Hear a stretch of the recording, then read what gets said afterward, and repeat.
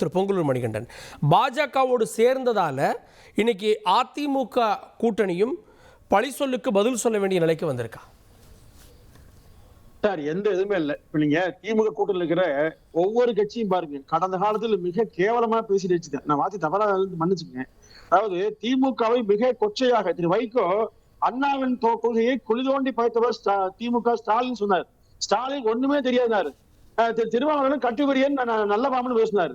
பொங்கு ஈஸ்வரர் வந்து மிக கடுமையா ஜாதி ரீதியா பேசினார், மிக கடுமையா பேசினார். அதாவது இந்த எடுத்தீங்கன்னா கூட்டணி எதுக்காக? பதவி ஒன்றை தவிர வேறு நோக்கமே இல்லை. அதுதான் உண்மை. இங்க எந்த பதிவாங்க? திமுகவை தோற்கடிக்க வேண்டும் என்கிற ஒரு பொது நோக்கத்தில் பிஜேபியோடு அதிமுக சேர்ந்து இருக்கிறது. வேற நோக்கம் இருக்கு. அவர் நிகழ்ச்சியில கலந்துக்க தவறியாது. இப்படிங்க ஈஸ்வரன் கும்மி அடிச்சாரு கோயம்புத்தூர்ல, அதுக்கே போனீங்க. அதே கும்மி ஆட்டத்துல ஈரோடு நடத்தும் போது நாங்கள் கலப்பு திருமணம் செய்ய மாட்டோம் கோத மாட்டாங்க. அந்த டீம் நடத்தின கும்மி ஆட்டத்துல ஸ்டாலின் கலந்துக்கிறார். அப்ப என்ன எடுத்துறது? அப்ப கொள்கை எங்க போச்சு? இதாவது இந்த கொள்கை எல்லாம் எல்லாத்துக்கும் தெரியுங்க. பித்தலான கொள்கையும் தெரியும். தேர்தல் அரசியலுக்காக மக்களை ஏமாற்றாங்க. அப்புறம் உடனே அருந்தைய மாநாட்டில் ஈஸ்வரன் பங்கேற்பாராமா?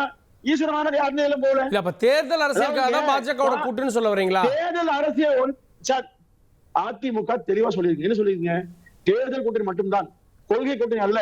பிஜேபி கொள்கை வேறு, அதிமுக கொள்கை வேறு. அதிமுக தலைவர் அண்ணாவோ தந்தை பெரியாரோ இல்ல அம்மா, அதுதான் இல்ல சார். இல்ல இல்ல, ரெண்டு வேறு வேறு கொள்கைகளை கொண்ட கட்சிகள் கூட்டணி அமைக்கிறப்ப இருக்கக்கூடிய சிக்கலை இன்னைக்கு அதிமுக எதிர்கொள்ளுதா?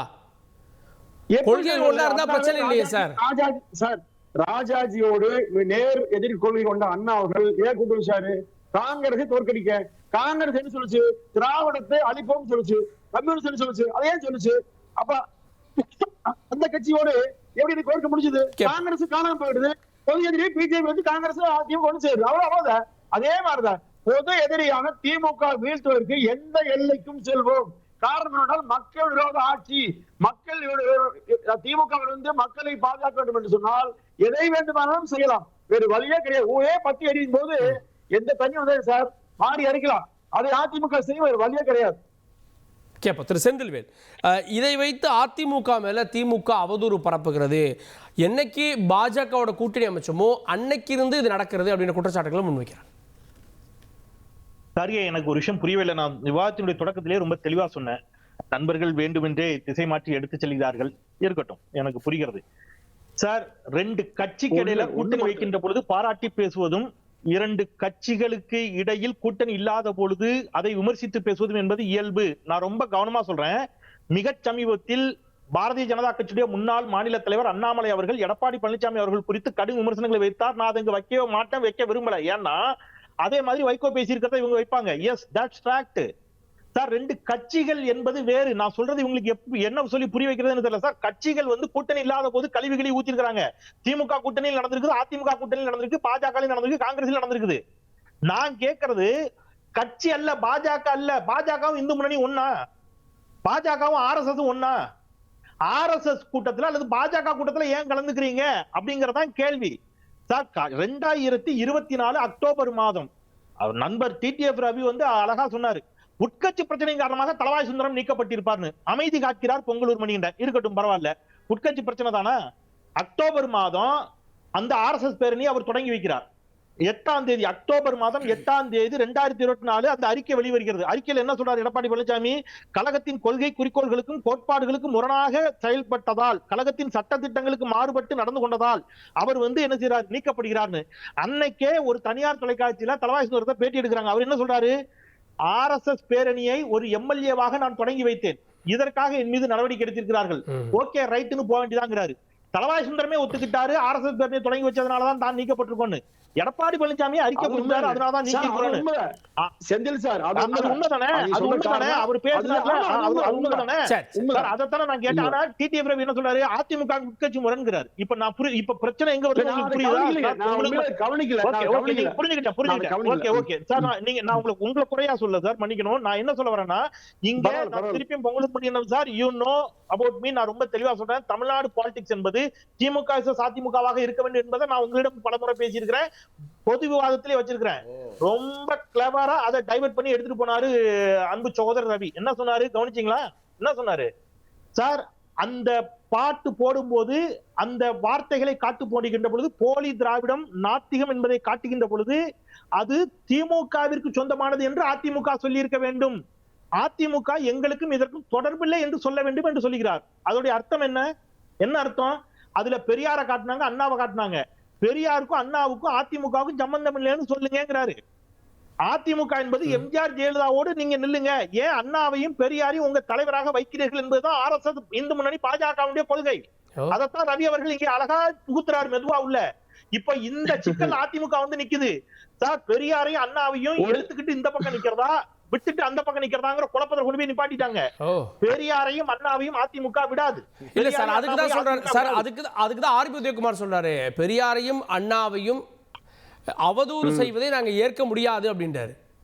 Sir correct sir. நான் திருப்பி சொல்றேன், நீங்க நல்லா கவனிச்சு பாருங்க கார்கே. நான் வைக்கிற வாதத்தை நான் ஒரு இடத்துல நான் திருப்பி நான் ஸ்டிக் ஆன் பண்ண போறேன் இந்த வாதம் முழுவதும். சார் இதே ஒண்ணு இல்ல சார், நாளைக்கு நீங்க அதிமுக சார்பா ஒரு மாநாடு நடத்துங்க.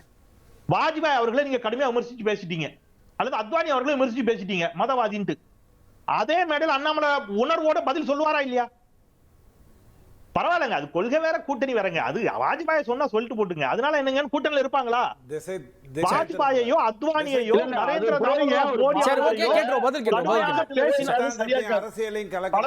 திருப்பி சொல்றேன். நான் ஒரு நிமிஷம், நீங்க எல்லாரும் எனக்கு பாடம் எடுத்தீங்க. நான் யார் விவாதம் போதும் குறிக்கிறதுல அப்ப குறிக்கிட்டதுக்காக கூட நான் இப்ப வேணாலும் வருத்தம் தெரிவிக்கிறேன். எனக்கு ஒரு பிரச்சனையும் இல்ல. அவர் சில வார்த்தைகளை சொன்னா ஒன்னும் பிரச்சனை இல்ல. Manikandan sir wait. நான் என்ன சொல்றேன்னா, நான் உங்களுக்கு சேர்த்து பேசுறேன் மணிகண்டன் சார், உங்களுக்கு சேர்த்து பேசுறேன். நான் என்ன சொல்றேன்னா, பாஜகவோடு கூட்டணி வைத்து எப்படி தேர்தலை சந்திக்க வேண்டும், எத்தனை சீட்ல பாஜகவை நிப்பாட்டணுங்கிற தேர்தல் அரசியல் எடப்பாடி பழனிசாமிக்கு நல்லாவே தெரியும். அதை விட்டுருங்க. நான் என்ன கேட்கிறேன் திருப்பி, நீங்களும் பாஜகவும் தான் கூட்டணி, நீங்களும் இந்து முன்னணியும் அல்ல, நீங்களும் RSS அல்ல. இந்து முன்னணி கூட்டத்தில் அவங்க அப்படித்தான் பேசுவாங்க. ஏன் இந்து முன்னணி கூட்டத்துக்கு போக வேண்டும் என்ற கேள்விதான் இங்க திருப்பி எழுகிறது. ஒன்று இன்னொரு விஷயம் சொல்றேன். ஒரே வரி சார், அதிமுக தலைமை அதிகாரப்பூர்வமா சொல்லி கலந்துக்கல. அந்த மாவட்டத்தை பதிவு செய்து அவங்க அழைப்பு கொடுத்து போனாங்க. நான் அக்செப்ட் பண்ணிக்கிறேன். ஓகே, நான் அதெல்லாம் எடுத்துக்கல. நான் உங்க உணர்வுகளை மதிக்கிறேன். இல்ல உங்க கருத்தை நான் வந்து மறுக்க விரும்பல. அது உண்மையா கூட இருக்கலாம், எனக்கு மாற்று கருத்துல. இப்ப பிரச்சனை எங்க வருதுன்னா, அதனாலதான் பிரச்சனை வருதுங்கிறேன். Right, okay. நான் இன்னொன்னு சொல்றேன். நீங்க சார் விருப்பப்பட்டு எனக்கு தாலி அணிந்து கொள்வதில் விருப்பமில்லை என்று ஒரு பெண் அகற்றியதற்கு எதிராக இவ்வளவு கொந்தளிக்கிற யாரும் விருப்பமே இல்லாம எனக்கு நம்பிக்கை இருக்கு சார், என் புருஷன் இப்பதான் சார் தாலி கட்டிருக்கான், தலைய மஞ்சள் ஈரங்காயல சார் கதறிய பெண்களின் கழுத்தில் இருந்த தாலியை அறுத்தது பாஜக. நீட்டு தேர்வின் போது எங்க போனீங்க? கொந்தளிக்கிறே ஒருத்தரும் ஐயோ இந்து பெண்களின் தாலி அறுக்கிறதே பாஜக யாருக்கும் கோவம் இல்லையே. ஏன் கோவம் இல்ல? விருப்பப்பட்டு பெரியாற்றுதலுக்கு போய் தாலி அகற்றி கொந்தளிக்கிறீங்க சார். சார் ரெண்டு சப்ஜெக்ட் தான். இன்னைக்கு அது பெரியாருடைய கொள்கை. ஆமா, அது பெரியாருடைய கொள்கை. அதிமுக ஒத்துக்கல, திமுக ஒத்துக்கல, திமுக இருக்கிற சிலர் ஒத்துக்கிறாங்க, அதிமுக இருக்கிற சிலர் ஒத்துக்கிறாங்க. திமுக என்ற கட்சியினுடைய கொள்கை அது இல்ல, அதிமுக என்ற கட்சியினுடைய கொள்கை அது இல்ல. ஆனா திகாவினுடைய கொள்கை அது விட்டுருங்க. ஆனா நீட்டு தேர்வு எழுதுறதுக்கு நெத்தியில குங்குமம் வச்சுட்டு தாலியை கட்டிட்டு போன பொண்ணுக்கு அந்த கொள்கை கிடையாது. அந்த பொண்ணினுடைய தாலி அடுத்தது அதெல்லாம் வேற காரியை. திருப்பி ஒண்ணு சொல்றேன், ஒரே ஒரு வார்த்தை தான். என்ன என்னோட கேள்வி, நீங்க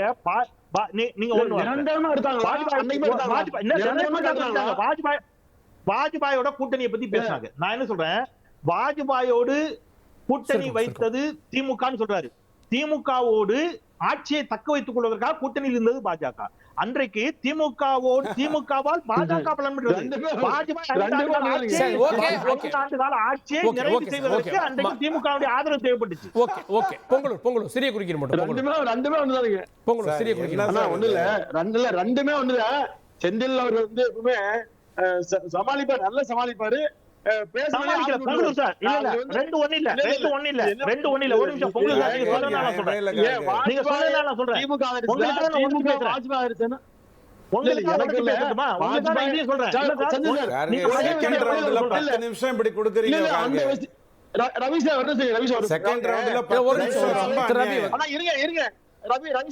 ஜெயலலிதாவை தோற்கடிக்க எந்த எல்லைக்கும் செல்வேன், அரசியல் அதான் தெளிவா சொன்னாங்க.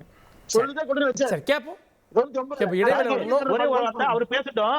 இல்ல, என் கருத்தில் ஒருவர் குறுக்கிடுகின்ற பொழுது குறுக்கிடுவதற்கான உரிமை எனக்கு இருக்குது. அதுல இது என்ன லாஜிக்னு தெரியல. ஓகே.